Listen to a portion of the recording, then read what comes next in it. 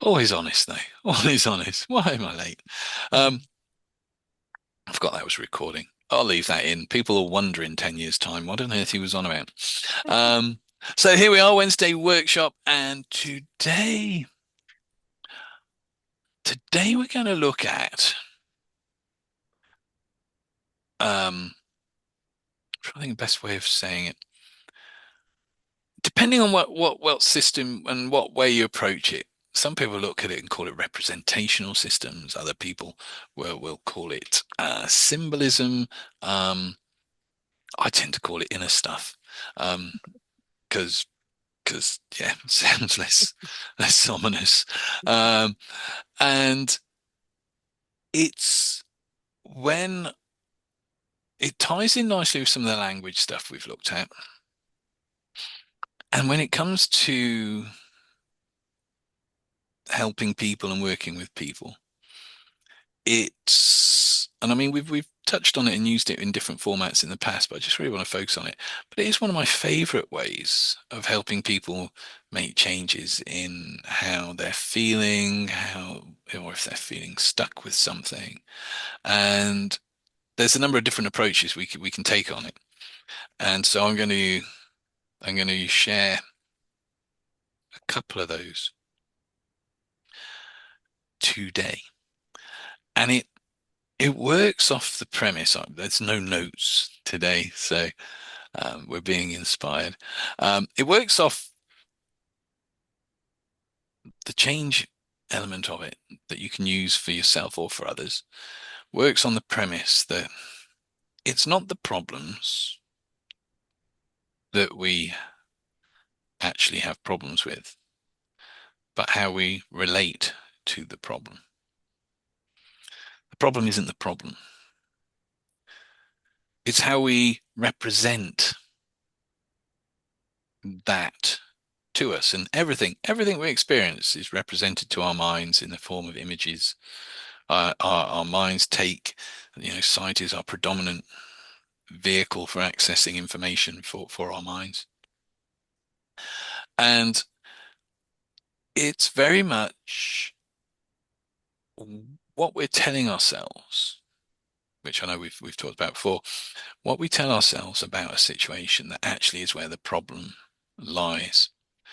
Um, for instance, it would be very easy with something um, like the I don't even want to call it decking, the carry on that has happened outside on our balcony bit.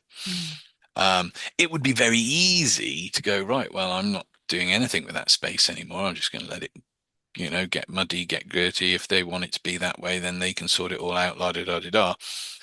And, the estate agent has said they will send somebody to clean it once every 2 months. But if in 12 in a month it's already looking grim, and you're kind of like, well, I'm not going to do anything about it. It's not actually affecting anybody else other than yourself, and it's how you're relating to the situation, what you're telling yourself, the images you're giving yourself around the situation. They're actually the thing that's causing that frustration in that situation, to deliberately not do something because of such and such and such and such. Well, the only person it would be causing any pain or discomfort to is oneself. So the other thing is, though, quite often, a lot of the time, we'll come up with a problem or a way that we're feeling, and it doesn't make sense to us. It's there, it's a thing, we know it's a thing. Sometimes we don't even know what to call it.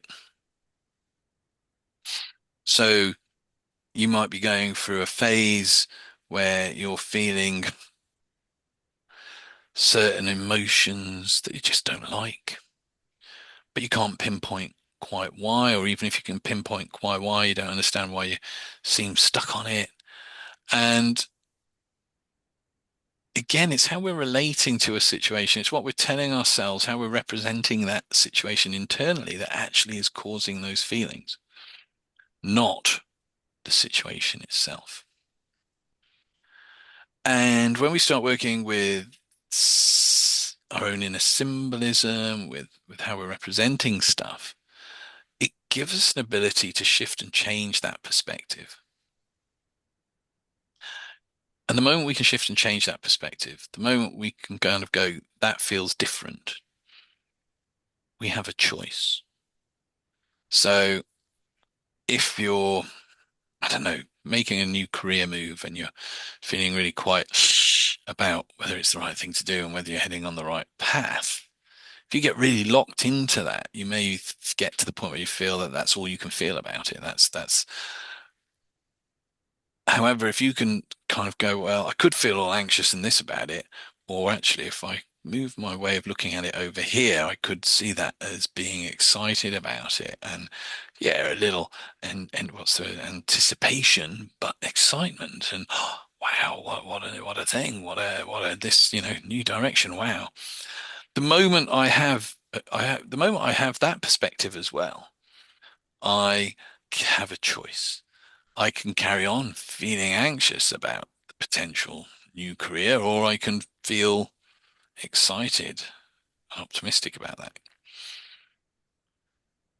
But quite often, these problems aren't logical problems. Quite often, we can't quite explain or have, as human beings, we're very good. If we have all the pieces of a puzzle, we're very good at solving said puzzle. We're very good at going, well, this is this, and I know this is that, and that's this, and this is that, and this is that. So if I do with all this, that will create this outcome, or I need to do this to get past this. And when we have all those pieces, it's great, but sometimes we don't. Sometimes we feel stuck on a problem. Sometimes we feel stuck with a feeling and we don't know how to approach it. And when I'm working with people, quite often you'll get to a point where either they don't have the words to describe whatever that is, or because maybe it's a bit traumatic, they don't really want to talk about what that is. But the beauty is we don't have to know what it is inside out. We don't have to talk about it to be able to make changes in how we relate to it. We just need to know it's an it at the very simplest level. If we feel stuck and we're struggling with a certain feeling, certain emotions, we don't need to know a name. We don't need to know where it came from. We just need to know that it's a thing we are experiencing at this moment. But all things change, so why not make that change something that takes you into a better place? So how do we do that? There's lots of different ways. Um, in fact, when we looked at phobias the other week, at one method of approaching something and making that change. But there are other ways of doing this. And I think I'm just thinking, I know we've used similar things like this. I don't think I've gone into the kind of the thought and the feel behind it before. A very simple way of changing how we're relating to something, even if we don't know quite what it is, and we just know it's a thing, is to represent it. So, for instance, if I'll do it this way around because it's kind of, if I was to ask you to briefly, because we don't want to dwell on it, think of something that makes you sad. Nothing too deeply heavy, just something that makes you feel a bit sad, a bit like, it could be the thought of heading outside for a day and you go on a go to go and it starts raining, that kind of level of feeling a bit sad. And then once you've got something, just let me know, just give a wave or a thumbs up using the thing. I don't know why I was not expecting Sally's hand to appear from above. It was like a Monty Python moment. There's Anne with a thumbs up. Wonderful. Okay, so what I'm going to ask you to do, and there are no right and wrong answers with this. That's the one thing to remember when we're working with this way of working. There are no right and wrong answers. And there's B as well. Thumbs up. Brilliant. Thank you. Um, it's just the first thing that comes to your mind. So thinking about that thing now that makes you sad, and just connect with it a bit. Allow yourself a little bit of that sad feeling. Again, like I say, nothing too heavy, just a little bit. And in a moment, I'm going to ask you a question. I just want the first impulse, the first thing that comes into your mind. First of all, that that feeling, that slight sadness, where do you feel it? Where within your body do you feel that? And you can either say, or just once you've got somewhere, let me know. And if you can't think of where you feel it, guess what? We're working with your mind, so you get to imagine where it would be if you could feel it. Okay, so yeah, we've got chest, stomach, heart. Um, Maybe pop it in the chat if you want to.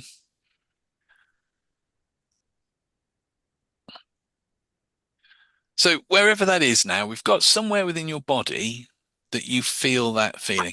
A little bit like, when you get butterflies if you're nervous, you get that kind of churny feeling. So now we've got a place. There's a number of things we can do. So I could ask you another question, which would be, what color is that? First color that pops into your head. Just shout a color out if you like. Blue. There you go, blue, brown. There you go. That's it. We've got a color. Let's give it a shape. What shape is it? Another blue. First shape that pops into your mind. A splodge shape. A splodge shape. That's it. Twisted knot kind of shape.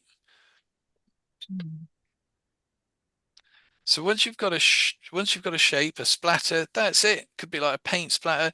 Some people get things that are like a spiky concrete thing, or it could be anything. So there is no right or wrong answer. So you've all got a color and a shape, and you're kind of aware of that color and shape somewhere within you, which represents that slightly sad feeling. So what I want you to do is picture in your mind. If it helps to close your eyes, do this. If not, if you can do it with your eyes open, that's also fine. It will work. Just picture that shape, that color, wherever it is within you.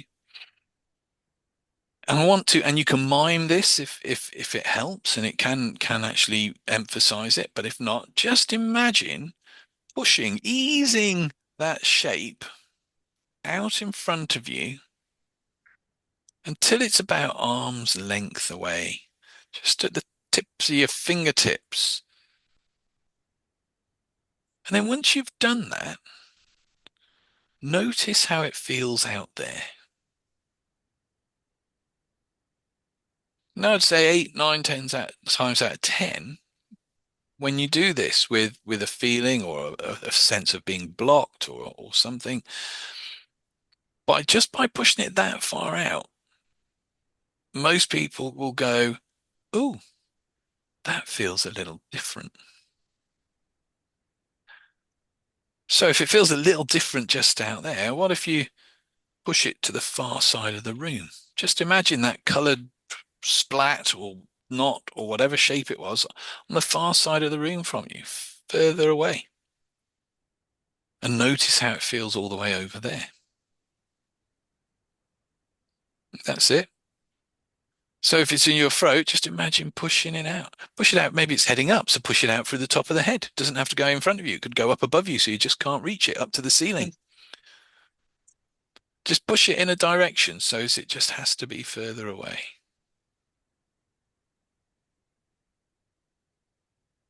And then in your mind, as you get used to moving that splat that little bit far away, then just keep easing it away. Keep easing it away until it no longer bothers you.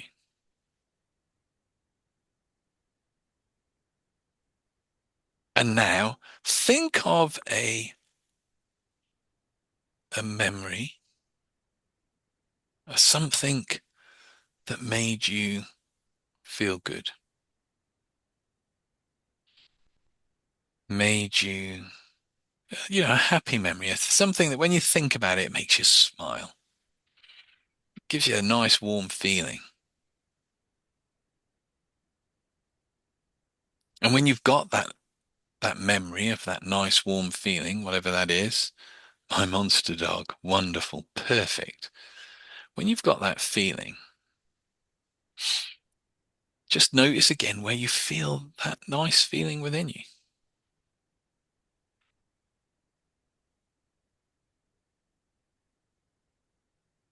And then as you begin to notice that nice feeling within you, my face and heart, perfect. So what I want you to do is now start spinning that wonderful feeling, imagining that moving within you, spinning within you, till it picks up enough momentum of its own that it can just keep moving by itself. You could try and stop it, but that good feeling will just keep flowing and flowing and flowing.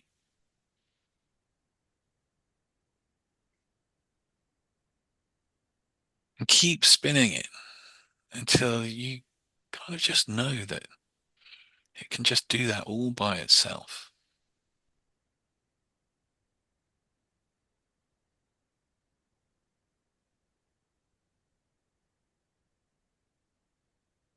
That's right.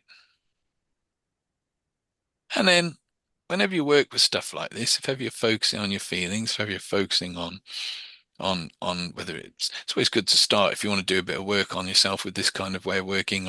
First of all, start with the I say the negative aspect of what you want to work with, and then finish up with something good to kind of, it's nice to replace that space you've created with a good feeling. So what are we doing here? We're taking there's something we can identify, be it a feeling. And again, it's not unusual for people to go, "Oh, I've just got this feeling and I don't know what it is, but I don't like it." With this, you don't need to know what it is because we go from the logical. If it was a logical conscious problem, your brain would be able to sort it out quite quickly because again, we're quite good at that. But when it comes to our emotions, it can quite often be illogical or seem disproportionate. And so what we're doing is rather than trying to analyze, we're going, okay, we've got this feeling. And you can do this for yourself. Um, it becomes, when you do it for yourself, it becomes a meditation because you get into it and you focus on it.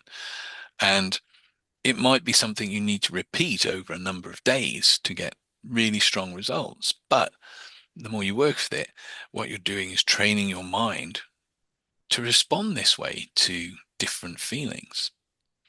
So if you can train your mind that every time it starts feeling kind of sadness about something, that it will automatically run this process where it pushes that idea of that sadness to a point away from you where it doesn't affect you, then it becomes a habit. And once it's a habit, it will do it automatically for you.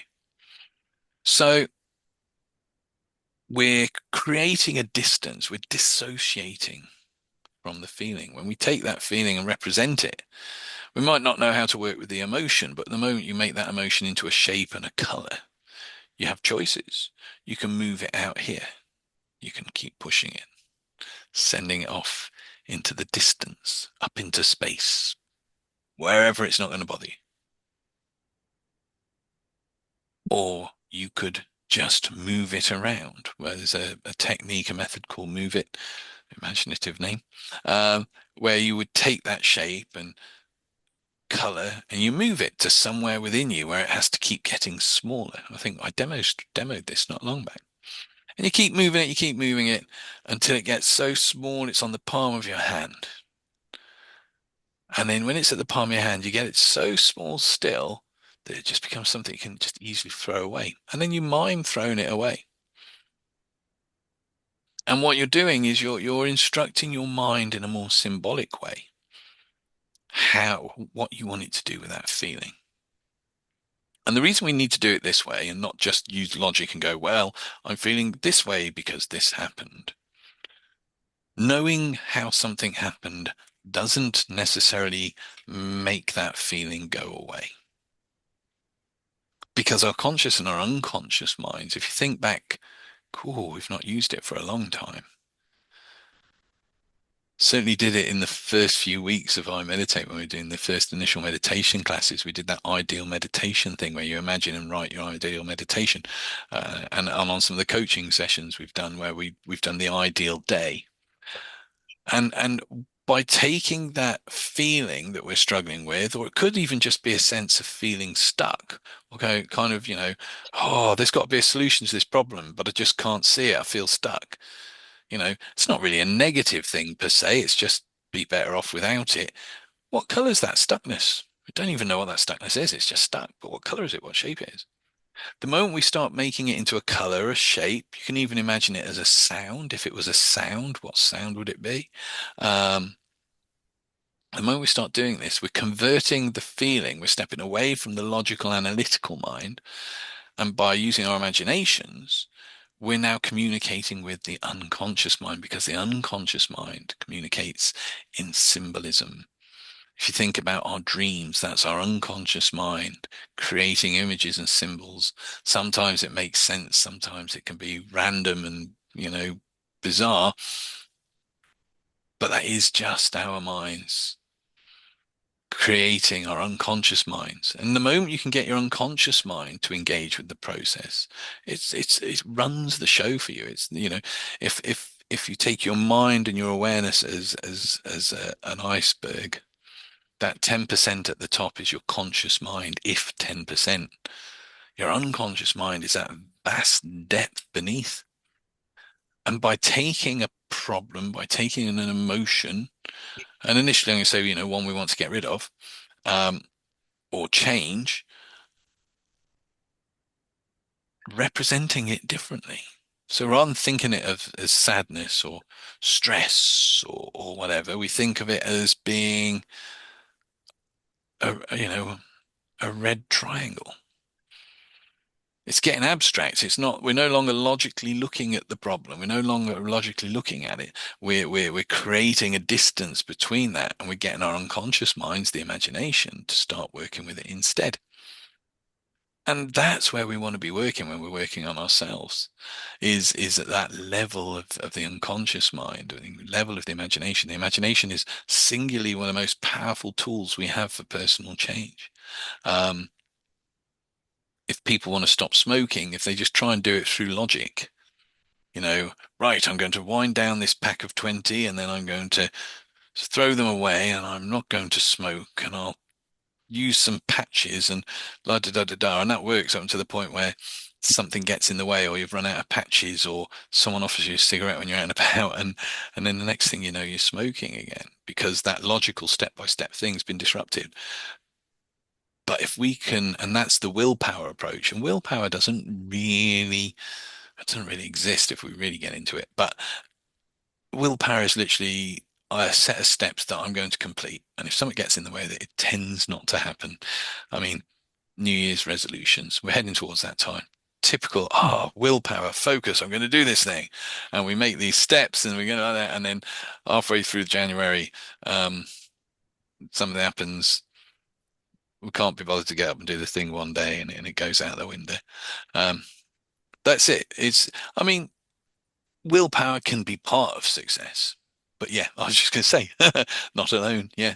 Um, but if you can engage imagination and willpower, so that willpower is the initial determination. I'm going to do something about this. I am going to make changes. I'm going to take control of my life and do these things. Um, that willpower is that initial stepping off. But then you need to use things like imagination and different techniques. Um, so yeah, so we can give it a color, we can give it a shape, we can make it smaller, we can throw it away, we can push it out there. If you want to, you can look at how it's moving within you. So again, using that notion of butterflies, people usually have like a churning thing. So you can say, wait, what color is that? How's it moving? Well, it's moving like this and it's blue. Okay, so push it out there and now it's moving there. Now flip it over so it's got to move the other way. And then notice how it feels. And all you're doing is creating a representation of the feeling and changing it. But your emotions work by your mind representing your experiences. So by taking control of how you're representing, you can start to take control of how you're feeling. And it doesn't just work with problems and obstacles. If you want to build confidence, you know, maybe again, I'll use the idea of a job because it's pretty thing. Most of us have had to go for an interview at some point about something that we've probably felt a bit nervous about. Um, so say you want to be confident for an interview. So you think of an aspect of your life where you are confident. And some people go, oh, I'm not confident about anything in my life. So you ask yourself, or if you're doing this for a friend, ask them, are you confident about that? Because the one thing with people that say they have no confidence is they usually have a lot of confidence about not being confident. Well, if you have a lot of confidence about not being confident, then you know how to be confident. You just need to apply it in a different way. So you can take something like confidence and go, okay, or one of those unquestionable things like the sun will come up tomorrow. All of us can confidently say and with confidence know that even if we cannot see it, the sun will come up tomorrow. Well, there you go. So you have a sense of confidence about that. Where do you feel it? Where do you feel that confidence in you? When you say that statement, the sun will come up tomorrow, there's a bit of you that's really sure. It's like the rock of foundation of that fact. Where do you feel that? What color is it? Okay. So when you're thinking about that, you've got this, I don't know, well, I'm going to make it up. Maybe you've got a, I don't know, a blue circle here. And when you think about the interview, how you're feeling, nervous, where you're feeling that, because there's a red swirly thing here. I'll say, so you've got now, you can represent the feeling nervous as a red swirly thing, and the confident feeling as a blue solid round thing. So play around with that representation. What if I move that blue confidence up to the place in my mind, excuse me, where the thoughts of the interview are? And I have a couple of examples, and these are silly. And one of them, I cannot begin to tell you how much I regret this first example. Um, Genuinely regret it because up until a few months ago, if ever I brought a tiramisu, there was only Fee and me that liked it, which meant half each. And Amy tried it, and she was like, "I really don't like." She didn't like the alcohol taste in the sponge, and it's just really, one of those things when people eat and they pull funny faces because they really don't like it. That was Amy with tiramisu, and I was like, "I can make you like that," and she's like, "No, you can't." I said, "Think about where you feel not liking that." I can't remember where it was. I'm going to say like in the bottom of her stomach. Okay, so in the bottom of your stomach is where you don't like tastes. Think of something you love the taste of. And she said whatever it was. So when you think about that, where is it? Let's say it was here. I said, okay, so what I'm going to do, and I just mimed it. So we're going to lift that place where you experience not liking tiramisu up, up, up to here where you love, I'm going to say peanut butter. I can't remember what it is. And I'm just going to spin it around and mix it all up. And so she followed it. I mean, this was a couple of minutes, not even that, maybe a minute to do. And I said, try the tiramisu. And she took another spoon. Fair play to her. She was willing to give it a go. Took a spoonful of it, and she just looked at me and went, "I hate you. How is that?" Because she's studying psychology, isn't she? She looked at me and said, "I hate you. How is that even possible?" And we did it the other day with, I should learn it. So I regret it because I don't get as much tiramisu now. And there was something else we were eating, which is like, I really don't like that. What was it? It might have been a drink. I can't remember. There was something else I did it with, which I then thought, why did I do that? Because that's less for me again. Um, but the fact is, if I'd have sat there and go, well, Amy, if you think about tiramisu and, you know, there you probably things you like, and I'm sure. How do you even logically talk somebody into liking tiramisu? Well, it's very sweet, isn't it? And it's just not going to work. Whereas if you can find out where people experience joy or experience the food they like, and it's great with kids that won't eat stuff, kind of younger kids as well, because kids really respond well to this. A kid that doesn't like sprouts or isn't eating the carrots or whatever. Okay, what do you like eating? Chips. When you think about eating chips, where feels good? It's in my belly. When you think about eating carrots, where does it where feels bad? Here. Just imagine pushing those carrots down into that place where you enjoy chips now, and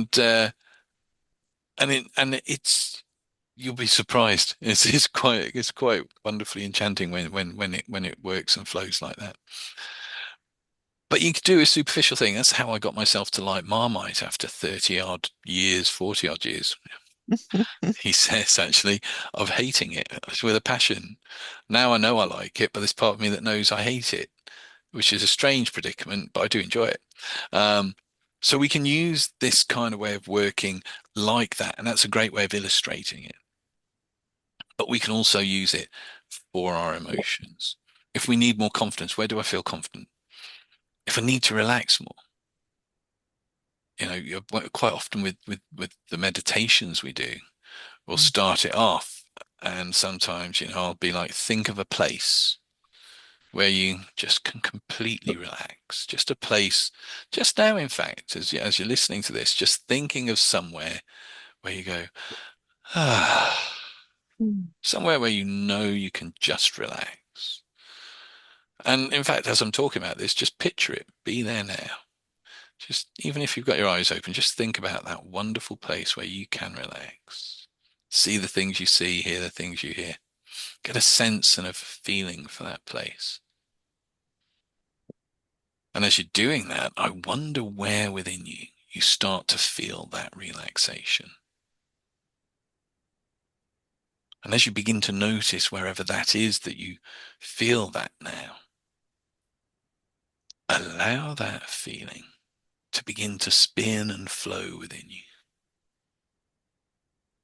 Allowing that feeling, whatever color that relaxation is for you, just imagine that spinning and flowing within you as you continue to relax. And it's good to relax because when we relax, the things we learn, the things we take on board can drift deeper in, so we can get a deeper understanding of how you can relate this to aspects of your own life and use this for yourself and other people as you continue relaxing in that special place, that feeling spinning and flowing within you. That's right.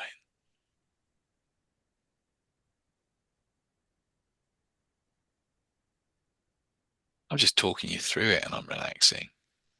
Um, so yeah, so we're taking that inner representation, or we're creating a representation within our imaginations of the issue or of that good feeling. If you're going out and you want to be filled with positive feelings because you're really looking forward to, I don't know, going and seeing a band play or something, kind of think of the times when you've been to see a really good band and you really, really enjoyed it. Where do you feel that sense of whatever it is that allows you to really enjoy that? Well, once you get the idea of that, give it a shape, give it a color, make it into a colorful light and spin it and flow it around you. Whatever you need to do to boost that feeling.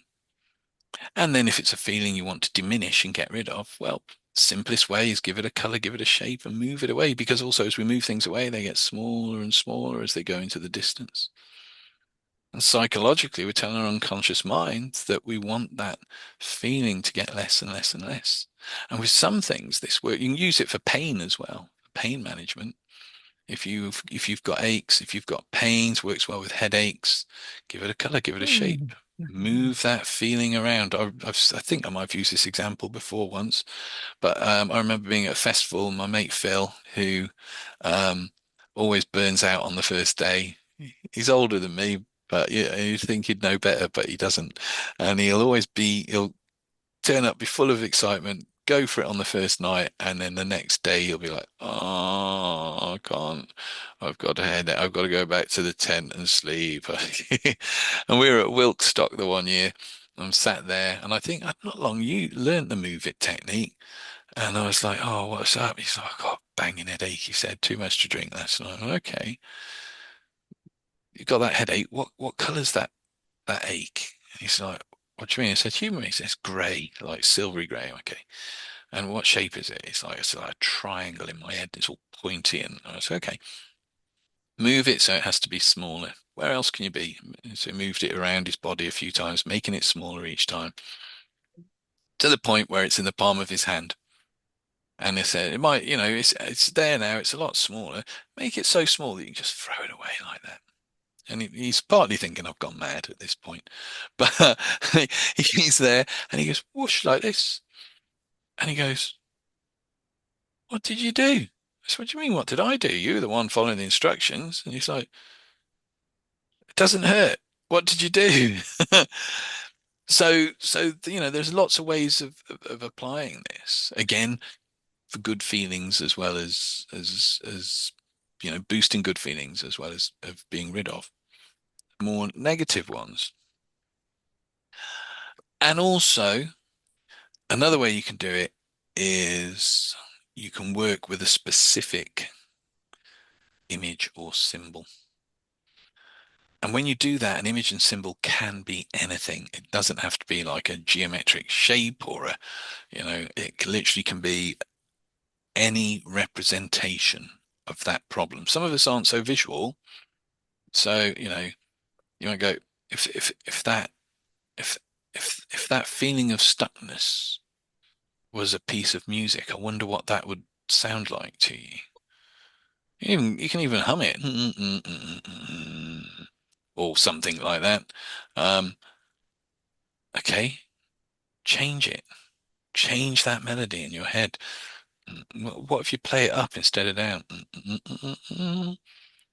Actually, it does feel a little bit better. Well, if you can make yourself feel a little bit better, I wonder what else you can do to make yourself, maybe make it longer, add some extra notes to it, make it a more jollier tune. And you're still just imagining and changing how you're relating to whatever that thing is. So a symbol can be anything. It can be an image, it can be a sound, it can be a memory, it can be a taste, it can be a smell. I once met somebody who, whenever they got upset about a certain thing, got a taste of lemons in their mouth. Nothing else, just this one thing. And every time they experienced it, they got this taste of lemons. And it's like, okay. And when you're thinking about that taste of lemon, you got that idea of a lemon in your head. What if you think about an orange? I mean, it's still citrusy, but tends to be sweeter and nicer. What if you do that? And they were like, "Well, that's interesting." So what is that? And they're like, "Well, I don't feel so sad about this thing now. I don't feel so upset about it." I mean, what fruit could it be that you just wouldn't care about it? I love the taste of watermelon. What make it a watermelon? What just thinking about that thing now whilst imagining just tasting that watermelon in your mind. What's that like? Not bothered. Grapefruit. Yeah, grapefruit. I know where I'd stick grapefruit. I can't stand them. Um, but yeah, that's it. Any fruit, for people that are more on their tastes or for music, sounds, what that stress, what's it like? Oh, it's like a really loud cymbal. Okay, change it. That imagery of a loud cymbal, even though it's an audio image, it's still an image. If that means stress, change it. Make that symbol smaller. Change what it's being hit with. Maybe change it so it's being tapped with a feather and play around with it. What would that sound like if it was tapped with a feather? God, that'd be weird. That'd be so much better. So just imagine that now. Thinking of that situation and it being tapped gently with a feather. How's that feel? Because the moment you experience, even if it's just once, feeling differently about a situation, you have your different perspective. So if you were feeling nervous about an interview, but suddenly you've created a moment where you feel confident, you know you can also feel confident about this situation. If there's a situation you've been feeling sad about, but suddenly you're not feeling sad about it, then even if that doesn't last immediately, you now have a different perspective. You know you can feel different about it. And we can spend a long time talking over our feelings, going over them, logically looking for why we're feeling it, logically looking for the reasons we're feeling stuff or feeling stuck or whatever it is. And it teaches us how to have that problem really well. Because then we know what we need to do to feel that bad or feel that good. But it doesn't necessarily take that feeling away. And at the end of the day, if you're really sad about something or if you're really stressed about something, that something doesn't need to go away. And actually, a lot of the time, things are out of our control. So whatever that thing is won't necessarily go out of the way.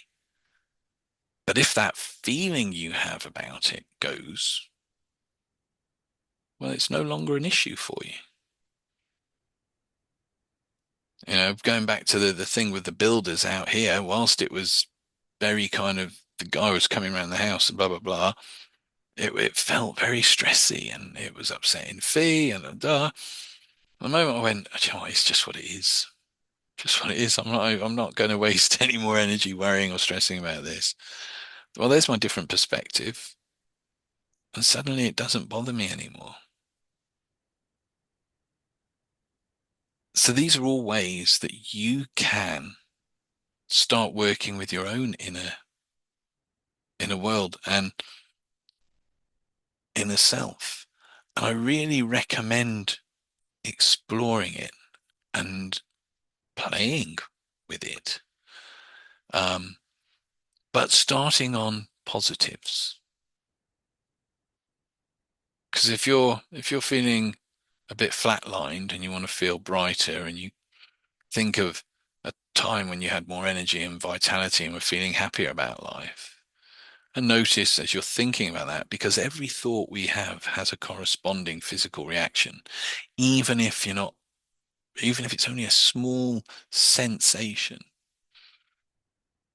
Some things are more obvious, things like butterflies and that, but other things, it might just be, I don't know, you're feeling a bit flat and you really want to feel upbeat for going out.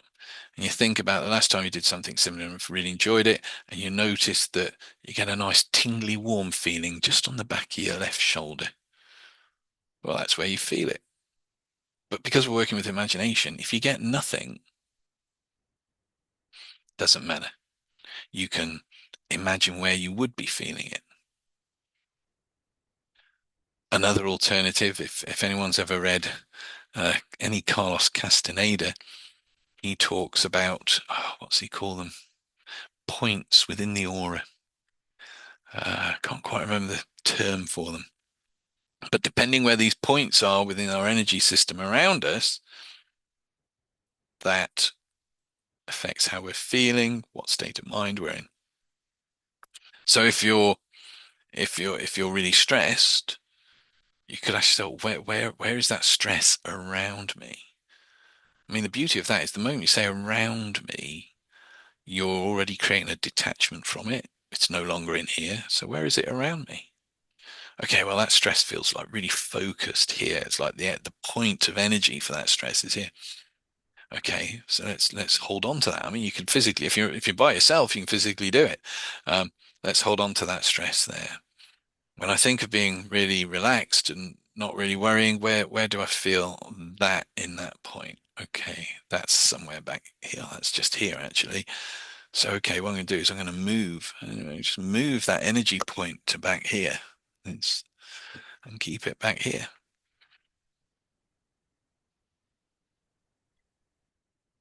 And just relax.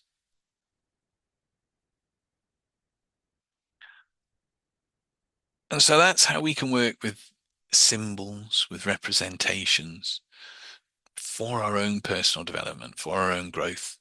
Because like I say, we can use it to create a learning state. If you've got study to do, think of times when you've been really studious. Where do you feel that? Where do you feel that? And where are you feeling you right now? So maybe your studious self is here, but that kind of not quite in the mood for it you is sat over here. Okay, well move that you up to here. Create an image for this. Maybe that's blue. This is red. So you move that up there, mix them all together, and you get a wonderful purple color.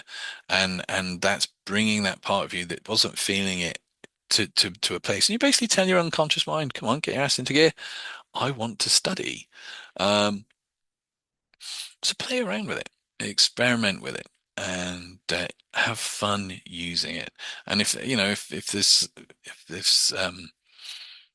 it's amazing when you think about it a little bit how easy it is quite to drop it into conversation as well. So, you know, like with aims, it's just like, oh, where are you feeling that thing you don't like? Oh, it's just like here. Like, okay. If you did like it, where would it be? Oh, it'd be here. Zumph, move it up there. How's that feel now? Oh, you can play around with it, both with yourself and with other people, and it's a nice way of being able to affect shifts and changes for people. So, are there any questions about any of that tonight? Or is that kind of all making sense? I'm hoping it is. I got a thumbs up there from Sally. Thumbs up from Anne in a fancy digital manner.